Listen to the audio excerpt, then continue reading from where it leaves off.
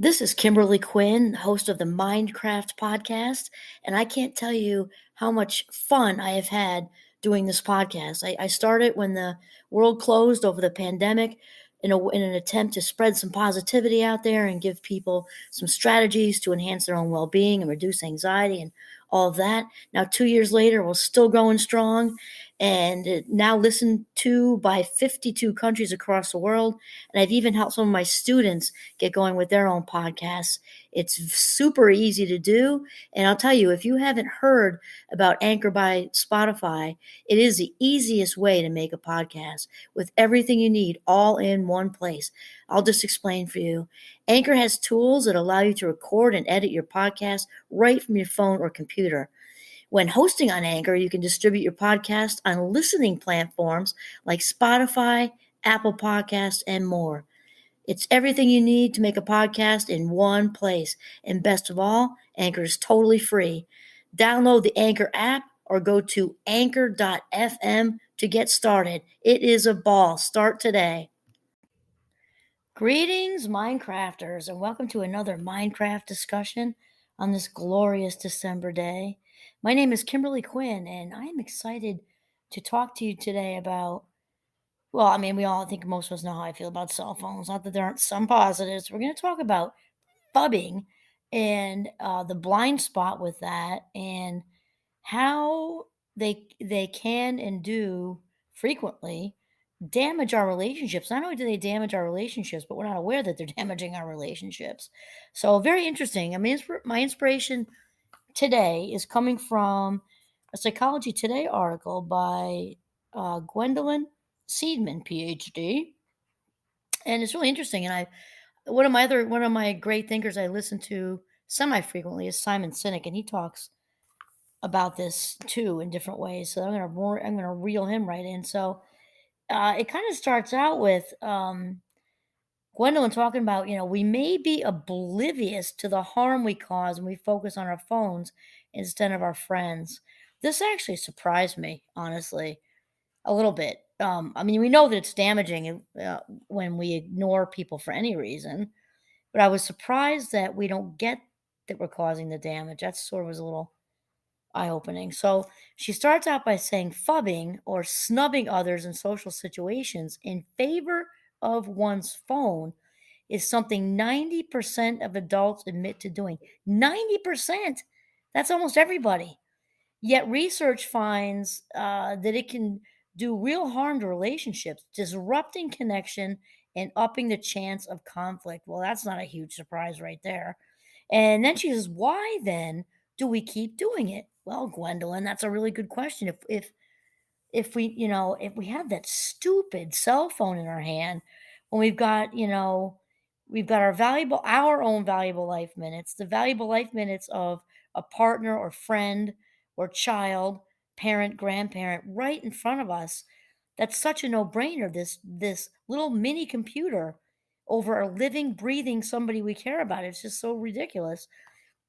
So why do we keep doing it? And it says new findings suggest that a bias known as the phubbing blind spot may be to blame.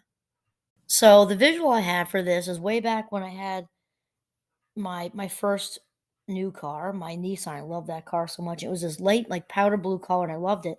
Although for some reason that color, I love the car. I had so many near, you know, collisions, like where I just nearly got clipped when I was right sort of by I'm riding in the right lane, let's say, and the back left tire area, right, where there's somebody's kind of clinging right there, and that'd be me. Sorry, they'd be in the right lane, I'd be passing. And I so many times I almost got clipped. So I think of that blind spot, like how are you not seeing me? I'm right here. And like just look in your rearview mirror. How do you miss it? But I think about how something can seem so obvious, yet we nearly get clipped. So with the phone example, obvious, I'm right next to you, but you're not seeing me. Same kind of thing. And Gwendolyn says in 4 studies, researchers analyzed the effects of phone use across various social contexts. Replicating past findings, they found that interactions in which a phone was used tended to be less enjoyable for participants who reported reduced feelings of connection and engagement. No freaking question about that. And I'm thinking way back uh, when call waiting is still a thing, but since a lot of people don't even have landlines anymore because it's cheaper to just have a cell phone. We live way out in the sticks, so we have to have both for emergency reasons. But I remember with when no one had cell phones and landlines were what we had, and when the call waiting was first invented, I remember how one of my favorite comedians, Loretta LaRoche, talked about it. She'd say call waiting should refer to as call rude because we're on the phone talking with somebody, let's say our partner or your dad or your friend or whoever, and then it would just be a beep. You couldn't see anything. Later on, eventually, you could see another caller ID, but for a while, it was just a beep, beep, beep, beep, and that meant somebody is trying to call you at the same time. So if you pushed kind of like the hang up button, it would just put that the person you're talking to on hold. So she said that she's exactly spot on accurate. She called it call rude because she said, "Oh, here you're talking to your husband or wife or mom or whoever. He's saying, "Oh, can you just hold on so I can see whoever's calling in and I don't know who they are? They might be more important than you. So just stay put right there and I'll be right back at you." And, for the current, you know, contemporary 2022 situation here, that isn't different with cell phones. And Simon Sinek does a whole thing on this with, he does a thing about leadership and taking care of your employees. That's the context, and I think it's even worse when it's leaders because you're in a power there's a power differential. You're in a place of setting an example, which makes it all worse, in my opinion. Especially when he does his things talking about the Gen Zers and they're misguided to a lot of no fault of their own because technology was here when they were born into it. Blah, blah, blah, blah, blah. And so here we have leaders just with their cell phones out when you're trying to have a conversation with an employee. Picture leaving that aside, a partner with another partner, or a first date or a second date. There with me, there sure as heck wouldn't be a second one if that was the first one. I'll tell you that right now. And then he goes and talks about how sometimes with leaders, again, it could be anybody, sibling, friend, whatever. Then you put it upside down on the table. You're having lunch or it's a desk. You're sitting in an office. Putting it upside down is not better. It's just as rude because it's kind of like Loretta Roche with the call waiting example. Somebody might buzz, blip, whatever, notification, and they might be more important than you. So I'm going to flip it upside down so the illusion of you think you have my undivided attention, but you really don't because somebody could call or text is more important than you are, and then you're ditched. So I'm at least going to check and make sure they're not more important than you are, and then I'll be right back to you. I mean, it's absolutely obnoxious. So so I guess the part of this article that surprised me was that, n um, sadly, not so much that we're doing this because we know we're doing this, but that it was so surprising that relationships suffered. And in the case of the leader-employee relationship, I would just have no respect, just none. And I will actually wait there for leaders to put it away if I'm having a chat with somebody. Thankfully, it doesn't happen that much, at Champlain, but when I worked at a I think I mentioned this, I won't say too many details, or if I do, then I guess they got an education. I worked at a bartending job and there was a manager who was just known for this and I would just wait. I don't care what your status is here. I'm not going to tolerate being treated like a third class citizen. I wouldn't say all that. I would just do the quietly effective thing. Stop in mid sentence if he answered something, wait awkwardly, and then be like, oh, I'm sorry. And I wouldn't say that's okay because it's not okay. And then we would just pick up where we left off. So he needed leadership 101. That was just sort of like a precursor. But anyway, so Gwendolyn goes on to say, um, yet these effects. Oh, wait a second. I have to start back here because I forget. Replicating past findings, they found that interactions in which a phone was used tended to be less enjoyable for participants who reported reduced feelings of connection and engagement. Of course, they have reduced feelings of connection and engagement because you're being ignored for somebody who might be potentially more important or worse, some stupid video game. So then she goes on to say, yet these effects were apparent only when the person was the one on the phone. When participants examined their own phone use, they significantly underestimated the negative effect it would have on their partner's enjoyment and engagement. That's wild. So when it's the other person ignoring us, we're clued right in. But when it's us ignoring someone else, not so much. We're just missing the forest for the trees there, I guess. And then Gwendolyn goes on to say, people don't seem to feel that their phone use negatively affects the people they spend time with, even though others' phone use bothers them. Explains the person who did the study, Alyssa Barrick, PhD, from Case Western. Wild. That's just wild to me. Just and I don't know. I'm just guessing. I wonder if this is because we are people in general become so self-absorbed with the not just the invent of the internet, but with social media. Because I know way back when Facebook was first invented or whatever, so it goes back probably I don't know how many years that is, 15 or 20, at least 15 anyway. And I was reading at that time way back, and now that of course there's like the Gram and Snapchat and like a million Discord and all these besides LinkedIn and all these things. That was before all the explosion of it all. And even still, the narcissistic personality index way back then had gone up 40%. 40%. So we talked about narcissistic personality behaviors, not necessarily a disorder. That's a big one.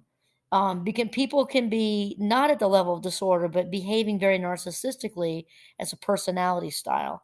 If you want to learn more about that, Dr. Ramani on YouTube talks a lot about it. So anyway, that's just my own personal guess, is that our indulgence in social media maybe is why people aren't getting that, they get that other people's cell phone use annoys them, but they're not getting, they're not there's no clearance to the tower that they're being annoying too with their very rude, obnoxious cell phone behavior.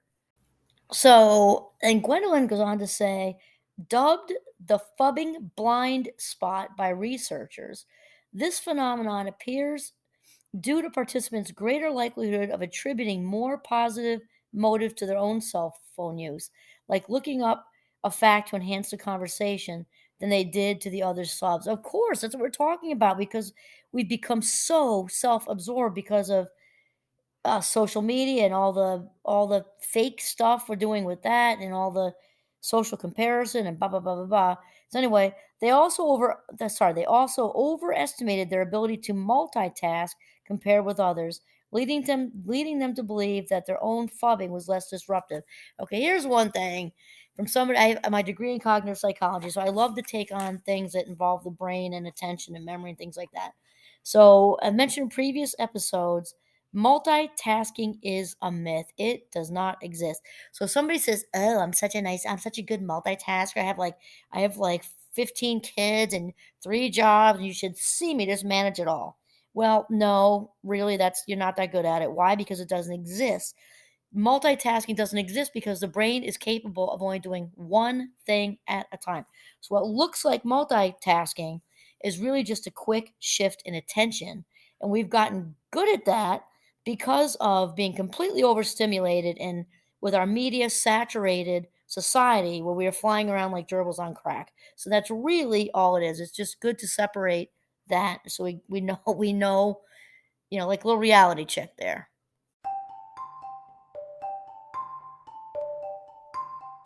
So then Gwendolyn kind of talks about breaking the habit, and Simon Sinek does a beautiful job at that, especially since his context is leadership, though it could be anything.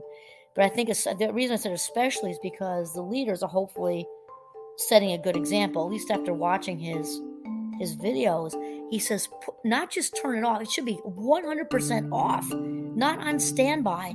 That's it all. Wait and see if somebody's more important than you, texting or calling thing. No matter what we say with our words to qualify it, none of it matters because it's all BS. As they say, behavior speaks louder than words. So if you're not walking the talk, as they say, then it's all BS. And so what he says is turn the dang thing off, put it in your desk drawer, 100% out of the way.